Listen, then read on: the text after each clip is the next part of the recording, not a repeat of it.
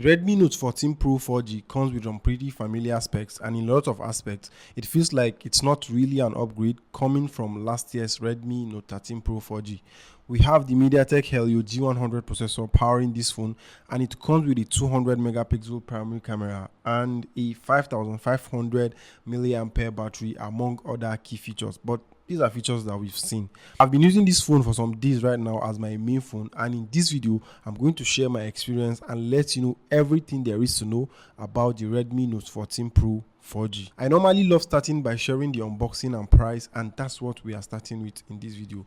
We have the phone itself, a black silicone TPU case, some paperwork, a 45 watts charging brick, and a USB A to C cable. You also get the SIM ejector tool. It comes in handy. That's pretty much everything you need to get started when you buy a new phone, and I'm going to continue to commend Xiaomi for being one of the few brands out there that are giving us chargers in the box. But there are some regions where the Redmi Note 14 Pro 4G doesn't have a charger in the box. In terms of price, at the time of recording, I don't know the exact price, but I think it will be around 400,000 naira. This is because the Infinix Note 40 Pro 4G with similar features is priced around 400k. However, if I get the recommended retail price, I'm going to pin it in the comment section of this video.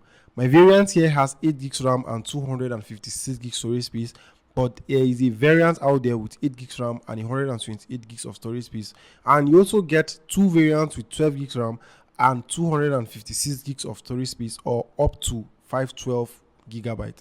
The RAM type is LPDDR4X and the storage type is UFS 2.2, making it a quite fast storage, and maybe sharing files with computers will be very fast.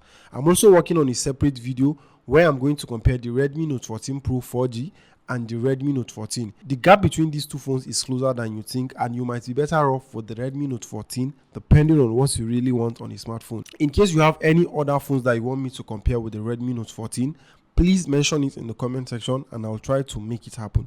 Make sure you also subscribe to the channel, because this year I want to clock 100k subscribers by December, and I really appreciate your support so far. We have a complete design overhaul coming from the Redmi Note 13 Pro 4G, and it can be a good or bad thing depending on how you see it. For me, I feel this is a much more premium design, and it feels compact and sturdy in the hand. Curve around the edges and side also add to the overall comfort while holding the phone. I have the Aurora purple, and trust me, the color looks better in person. I think the camera can't really show you how good this color looks. There's also a black and blue color option. The phone has a plastic finish at the back and it's kind of slippery to hold in the hand. Using it without a case can be a bit of a hassle, but Xiaomi actually added the box, and it's not one of those white cases that will get dirty over time. I actually like this one, and it's important you leave it on the phone to enjoy using it. The frame of the phone is aluminium, which is surprising considering this is just like a budget mid-range phone, and Xiaomi made the decision to use aluminium because it protects the phone better when it falls. Camera cutout is now squared, and we have 4 large camera cutouts including the flashlight. More about the cameras in a bit. We also have a headphone port and IR blaster at the top. At the bottom, we have the charging port and SIM card holder. The phone has a hybrid SIM card slot, and you can use 2 SIM cards at a time, or a SIM card and a memory card at the same time. The Redmi Note 14 Pro 4G comes with dual speakers, and it sounds really well. I was impressed with the overall sound quality, and here is how it sounds.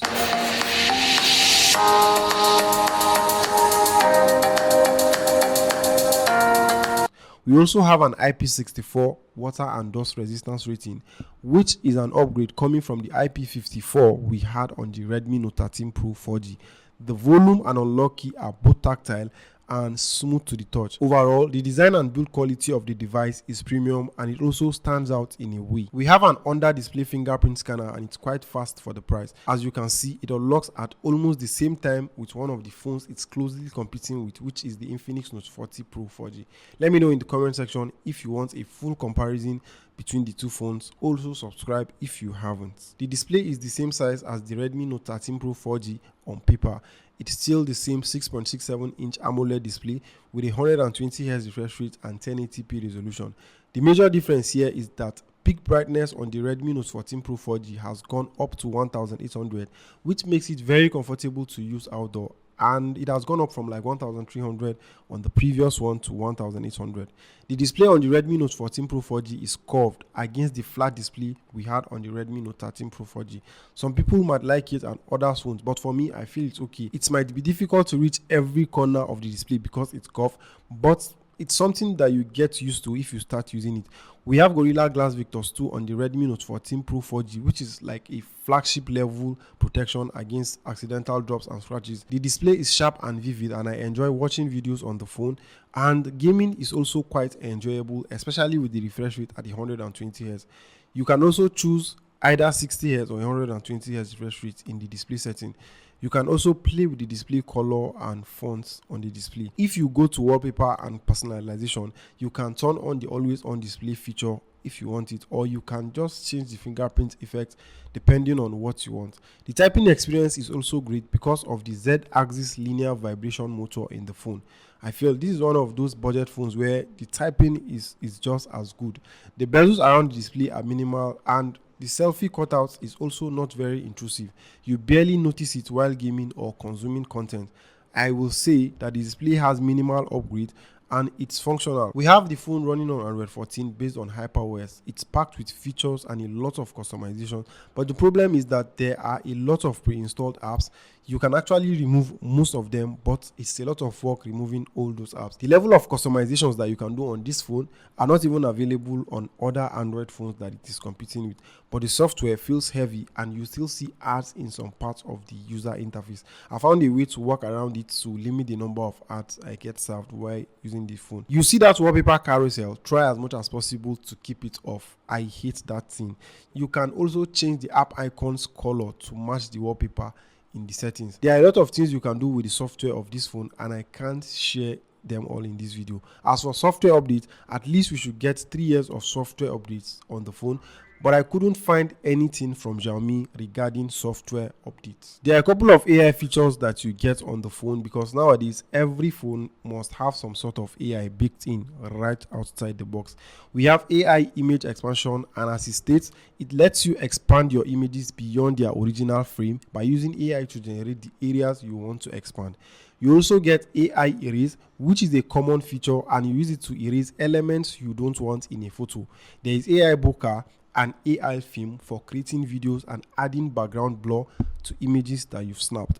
You also get access to Google's large language model, which is Gemini, on the phone, and you can use it to answer advanced questions and generate text. You actually need internet for all of these AI features to work effectively. We have the MediaTek Helio G100 Ultra powering the phone, and I will say for the price, performance has been as expected. It handled casual tasks like scrolling through social media, calls, media consumption, and everything smoothly, and it loaded apps quite fast. I've tried a lot of phones with this chipset, and it's quite smooth on the Redmi Note 14 Pro 4G. I played Call of Duty Mobile, and it was also quite smooth. For performance, I haven't experienced any lags, and it tends to handle most of the things I've tried smoothly. You can also have multiple apps running in the background all the time, and the phone barely breaks a sweat. For the price, I think performance is okay. We have a 200 megapixel primary camera at the back of the phone with an 8 megapixel ultra-wide lens and a 2 megapixel macro lens. These are the same camera configurations with a Redmi Note 13 Pro 4G. So in a way, it's not an upgrade. The selfie camera is a 32 megapixel lens, which is an upgrade when compared to the 16 megapixel lens we had on the Redmi Note 14 Pro 4G. In terms of pictures, I would say it's decent. It tends to add brightness to all the pictures I have snapped, and it takes away the natural colors in most cases. I've shown the pictures to a couple of people around me, and they liked what they saw. Most of the pictures you see here were snapped with the 200 megapixel option in the camera app, but when it comes to the night mode, I feel it is very okay. But again, when I compared the same picture that I shot on the Infinix Note 40 Pro, I tend to like that of the Infinix Note 40 Pro more because it kept the picture the way it's supposed to be. You can also zoom all the way up to 20x, and it can be useful if you need it. You can only shoot 1080p video with the front and back camera, which I think is disappointing. At least 2K video recording should be available because most of the phones competing and are powered by the same chipset offer at least 2K video recording. The selfie is decent, and here are more pictures from the phone's camera. We have a 5500 mAh battery, and the phone supports 45 watt charging speed. It takes slightly over an hour to charge the phone from 0 to 100, but it's a downgrade from the 67 watt fast charging on the Redmi Note 14 Pro 4G. The additional battery life you get might be a good compensation for the downgrade in terms of charging speed. I get up to 6 hours of screen on time on the device, and there is still a lot of battery life left on the phone. Like, I've not been able to finish this battery in a single day. Battery is very okay, and I don't think you will have any problems with the battery life on this phone. Rounding up, the device is quite decent, and I think for the price it's up there with the best. There might be a few decisions that I feel should have been made better, especially in terms of camera. The design is subjective, some might not like it, but to me it's a well-rounded build quality. Battery is okay, as well as display. And what else would you like to know about the Redmi Note 14 Pro 4G? Let me know in the comment section, and I'll see you in my next video.